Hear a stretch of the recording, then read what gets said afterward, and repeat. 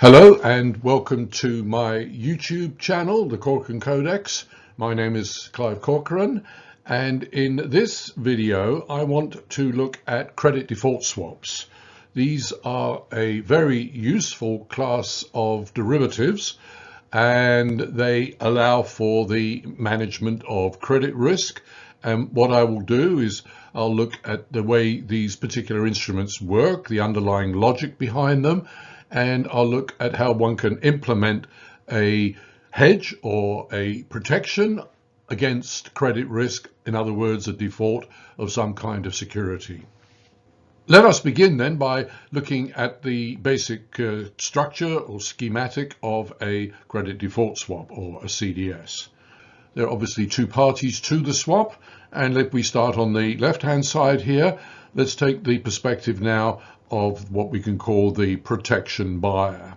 Now, this could be an asset management company, such as an insurance company. It could be a pension fund. It could be a bank. It could be a sovereign wealth fund, any number of potential entities interested in taking this position as the protection buyer.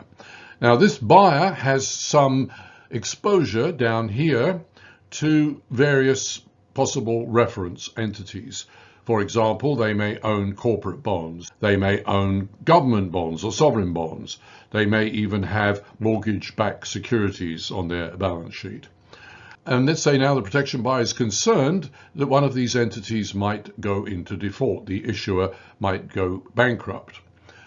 Now, what they want to do is to essentially insure themselves, take out an insurance really against such a default. So what they can do is go into the CDS market, identify either directly or via some kind of an intermediary a party over here that is willing to act as the protection seller under this CDS.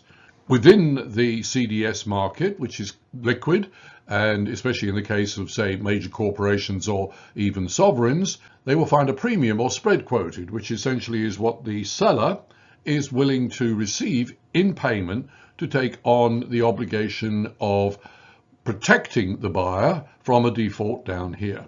What might then happen is, let's say the buyer and the seller agree on a 5-year CDS. This is a corporate CDS maybe. The buyer will then pay a premium. Let's say that is 5%. Let's say that the amount that the buyer wishes to protect under this arrangement is, say, $100 million, and the premium is 5%. Then the buyer pays $5 million per year to the seller.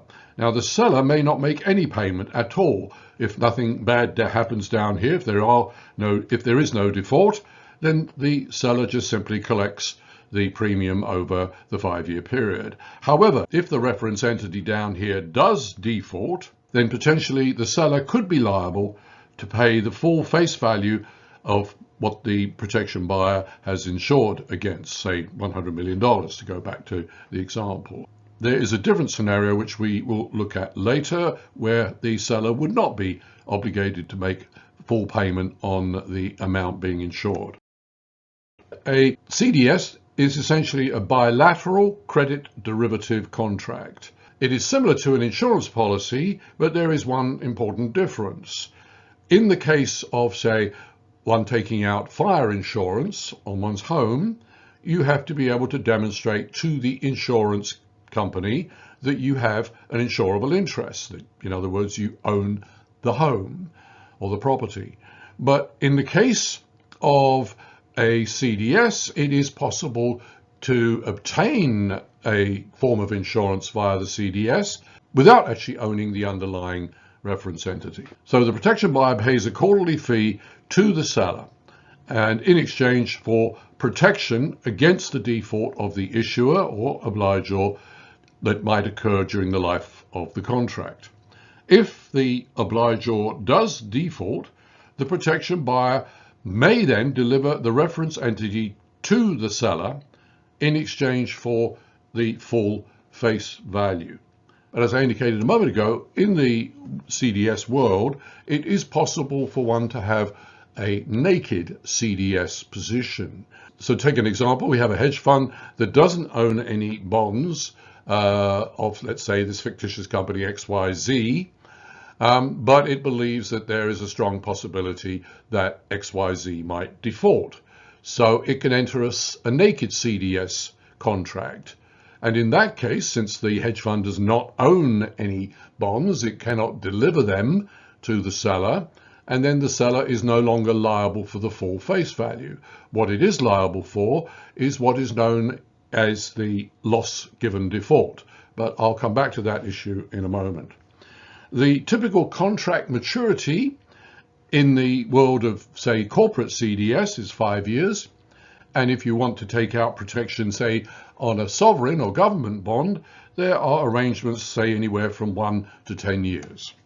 Now, the organization referenced here, this is the International Swaps and Derivatives Association, is the body that has created all of the sort of legal framework in the world of, say, swaps and derivatives more generally. The organization is based in New York, and my understanding is that there are approximately 800 members of ISDA. The key theoretical principle behind the structuring of any swap, including, say, interest rate swaps as well as CDS and various other types, is that at the beginning of the swap, the present value of the payments that will be made by each of the parties should be equal. For a CDS, there will be a series of determinable payments that will be made by the protection buyer. Essentially, as I explained, whatever the sum that's being insured, let's say it's 100 million, and whatever the premium or spread that's being agreed upon, that amount will be paid year after year. But for the protection seller, the amount that might be paid, of course, is only a contingent amount. There might be no payment at all. If there is no default, the seller would not be obliged to make a payment. The payment is only made in the case of what is known as a credit event. And that term, or that decision as to what is a credit event, is actually specified under the ISDA Master Agreement. And in fact, the decision is made by a committee within ISDA that makes that determination as to whether or not there has been a credit event and whether or not the CDS is then triggered. One other feature of the ISDA arrangements is a rather clever idea that in the case of a default, and we're then going to determine what might be recovered, let's say, for example, a corporate bond has gone into default. Now, the corporation is then liquidated, and there is some recovery value on that bond. Now, one could wait around for quite a long time while that liquidation process takes place, but ISDA came up with a rather clever idea which says that the recovery amount can actually be determined via an auction process. And the members of ISDA put in their bids, and the winning bid then becomes what we can then consider to be the recovery amount on the defaulted bond. To conform with the requirement that the cash flows of both parties should be equal at the inception of the swap, one could see really that the CDS market is effectively a pricing mechanism for quantifying this PD, or probability of default. Calculating the spread requires a discounted cash flow analysis of the expected payments based on probabilistic logic, based on essentially the PD. There is a present value issue involved, so we need to use a curve, a discount curve. In the ISDA standardized CDS format, the assumption is that the losses incurred, or the LGD as I mentioned, would be 60% of the face value with a 40% recovery rate. However, as I also just mentioned, the auction process could actually lead to a different amount, and that would then prevail within the CDS settlement process. Let's talk a bit about the CDS settlement procedures. Let's start over on the left, and let's now consider the naked CDS trade. So we have a hedge fund which has purchased $100 million protection on XYZ as the reference entity, but the hedge fund does not own any underlying XYZ bonds. The company then defaults, and an ISDA auction has valued its bonds based on that auction, as I said, at 35 cents on the dollar. That is the recovery value. So now the protection seller must pay the hedge fund $65 million. The hedge fund, of course, is in no position to deliver the bonds. It never bought any. So the seller is only obligated to pay out the $65 million. Now let's turn to the physical settlement idea. Now this is where the buyer, the protection buyer, does actually have a position and owns an exposure to the bonds of XYZ. Let's say they have $100 million. Now let's say XYZ defaults, and the ISDA Determination Committee, as it's known, confirms that a credit event has taken place. The pension fund would then deliver the bonds to the protection seller, and the seller would then have to pay out the full face value of $100 million. The protection seller is now liable for seeking any recovery on the defaulted bonds which it has received from the protection buyer. So I've touched on this idea of the naked CDS trade. So let's pursue an example here. So we have a hedge fund that buys, in this case, $10 million worth of CDS protection against a default by XYZ. And that initial contract is for 2 years, and the hedge fund purchased this from, let's say, ABC Bank at a spread of 500 basis points or 5%. Now, after 1 year, the market considers XYZ to be more likely to default. Its creditworthiness has deteriorated. And let's say now the CDS spread as quoted in the market has widened from 5% to 15%. Now, what the hedge fund could then do is sell $10 million worth of protection for 1 year, in other words, the second year under this original deal, to some other speculative fund at this rate. This fund is also essentially just taking a naked CDS position on the probability that XYZ is going to default. Over the 2 years, the hedge fund will pay the bank 2 times 5% on 10 million, which is $1 million, but it will receive from the other fund 1 times 15% on 10 million, which is 1.5 million. So obviously the hedge fund would have had a profit of $500,000. And as can be seen, the deterioration in the second year doesn't need to go all the way out to 15%. Even if it goes to 11%, that is still of interest to the hedge fund. If XYZ does default, the payout on the default, which the hedge fund would be liable for in the second year, is neutralized by the offsetting trades, because it can simply flow through the amount that it receives from ABC Bank under the 2-year deal through to the fund to whom it sold protection in the second year. The disadvantage to a trade like this from the hedge fund's point of view is that there is no real deterioration in the creditworthiness of XYZ. And then the hedge fund cannot sell protection in the second year, and it would probably want to liquidate its exposure under the original deal and could then be liable from some kind of loss to $300,000, depending on market conditions. Now, in conclusion, I want to look at a rather unusual circumstance that arose in the CDS market about during March of 2023, and this involves the demise of the Swiss bank Credit Suisse.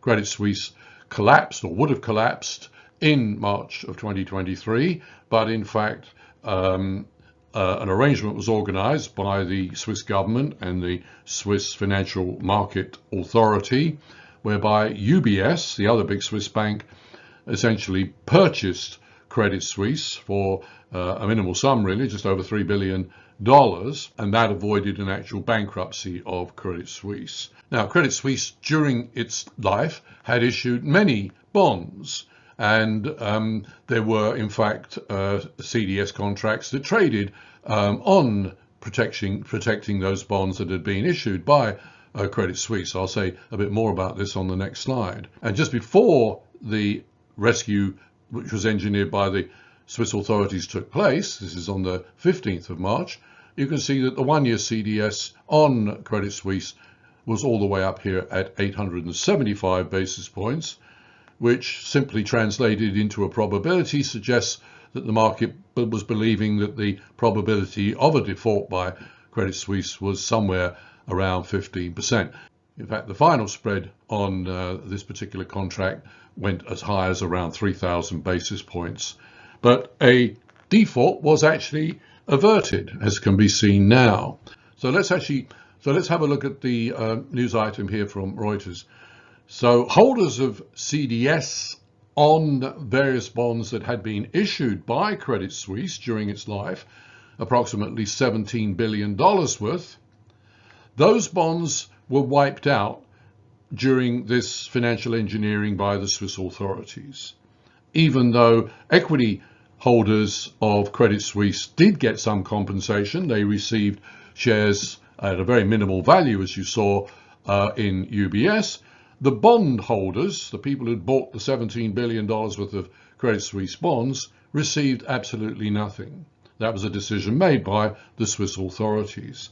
And to rub salt in the wound, as it were, the ISDA committee, the one that determines whether or not there has in fact been a credit event, also decided, based on the actual structure of the arrangements made by the Swiss authorities, that there had not actually been a credit event. So no payment was then going to be due under the CDS contracts. Needless to say, the owners of these bonds, and in fact the same people maybe that had bought the CDS contracts, which included some large sovereign wealth funds in the Gulf region and some wealthy American investors, needless to say, they are extremely unhappy about this and are pursuing a class action lawsuit. So I hope you found that discussion to be interesting and useful, and it is in line or in the general theme of the screencasts and videos that you'll find on my YouTube channel, the Corcoran Codex, where we analyze critical ideas and episodes in the world of finance. If you've enjoyed this, would you maybe please subscribe to my channel and come back from time to time to review additional items that I shall be adding to it. Thank you.